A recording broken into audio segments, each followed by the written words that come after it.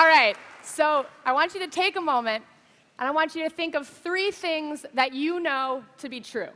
It can be about whatever you want: technology, entertainment, design, your family, what you had for breakfast. The only rule is don't think too hard. Okay, ready? Go.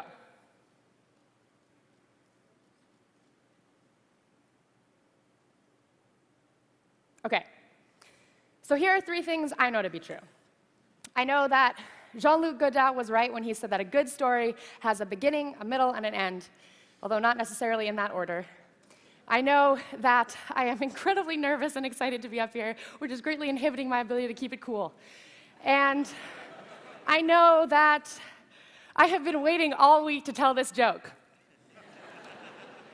Why was the Scarecrow invited to TED? Because he was outstanding in his field. I'm sorry. Okay, so these are 3 things I know to be true. But there are plenty of things that I have trouble understanding. So I write poems to figure things out. Sometimes the only way I know how to work through something is by writing a poem. And sometimes I get to the end of the poem and look back and go, oh, that's what this is all about. And sometimes I get to the end of the poem and haven't solved anything, but at least I have a new poem out of it. Spoken word poetry is the art of performance poetry. I tell people it involves creating poetry that doesn't just want to sit on paper, that something about it demands it be heard out loud or witnessed in person. When I was a freshman in high school, I was a live wire of nervous hormones. And I was underdeveloped and overexcitable, and despite my fear of ever being looked at for too long, I was fascinated by the idea of spoken word poetry. I felt that my 2 secret loves, poetry and theater, had come together and had a baby I needed to get to know. So I decided to give it a try. My first spoken word poem, packed with all the wisdom of a 14-year-old, was about the injustice of being seen as unfeminine. The poem was very indignant and mainly exaggerated, but the only spoken word poetry that I had seen up until that point was mainly indignant, so I thought that that's what was expected of me. The first time that I performed, the audience of teenagers hooted and hollered their sympathy, and when I came off stage, I was shaking. I felt this tap on my shoulder, and I turned around to see this giant girl in a hoodie sweatshirt emerge from the crowd. She was maybe 8 feet tall and looked like she could beat me up with one hand, but instead she just nodded at me and said, "Hey, I really felt that, thanks." And lightning struck. I was hooked. I discovered this bar on Manhattan's Lower East Side that hosted a weekly poetry open mic, and my bewildered but supportive parents took me to soak in every ounce of spoken word that I could. I was the youngest person there by at least a decade, but somehow the poets at the Bowery Poetry Club didn't seem bothered by the 14-year-old wandering about. In fact, they welcomed me. And it was here, listening to these poets share their stories, that I learned that spoken word poetry didn't have to be indignant. It could be fun or painful or serious or silly. The Bowery Poetry Club became my classroom and my home, and the poets who performed encouraged me to share my stories as well.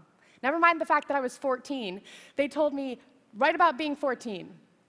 So I did, and stood amazed every week when these brilliant, grown-up poets laughed with me and groaned their sympathy and clapped and told me, hey, I really felt that too.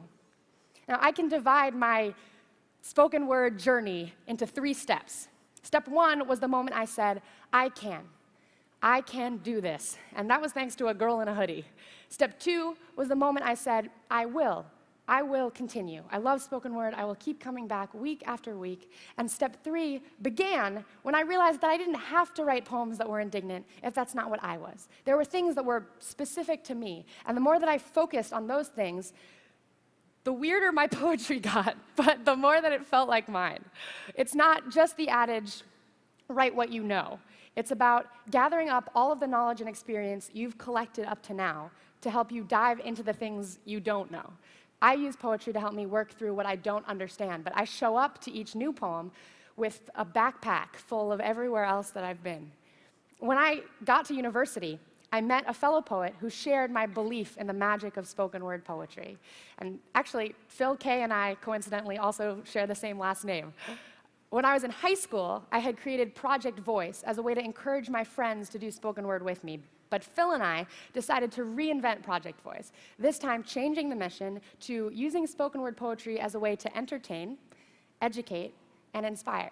We stayed full-time students, but in between we traveled, performing and teaching 9-year-olds to MFA candidates from California to Indiana to India to a public high school just up the street from campus. And we saw over and over the way that spoken word poetry cracks open locks. But turns out sometimes poetry can be really scary. Turns out sometimes you have to trick teenagers into writing poetry. So I came up with lists. Everyone can write lists. And the first list that I assign is 10 things I know to be true. And here's what happens. And here's what you would discover, too, if we all started sharing our lists out loud. At a certain point, you would realize that someone has the exact same thing or one thing very similar to something on your list. And then someone else has something the complete opposite of yours. Third, someone has something you've never even heard of before. And fourth, someone has something you thought you knew everything about, but they're introducing a new angle of looking at it. And I tell people that this is where great stories start from, these 4 intersections of what you're passionate about and what others might be invested in. And most people respond really well to this exercise. But one of my students, a freshman named Charlotte, was not convinced. Charlotte was very good at writing lists, but she refused to write any poems. Miss, she'd say, I'm just not interesting. I don't have anything interesting to say. So I assigned her list after list, and one day I assigned the list 10 things I should have learned by now. Number 3 on Charlotte's list was, I should have learned not to crush on guys 3 times my age. I asked her what that meant, and she said, Miss, it's kind of a long story. And I said, Charlotte, it sounds pretty interesting to me. So she wrote her first poem, a love poem, unlike any I had ever heard before. And the poem began, Anderson Cooper is a gorgeous man. Did you see him on 60 Minutes racing Michael Phelps in a pool? Nothing but swim trunks on, diving in the water, determined to beat this swimming champion. After the race, he tossed his wet, cloud-white hair and said, You're a god. No, Anderson, you're the god.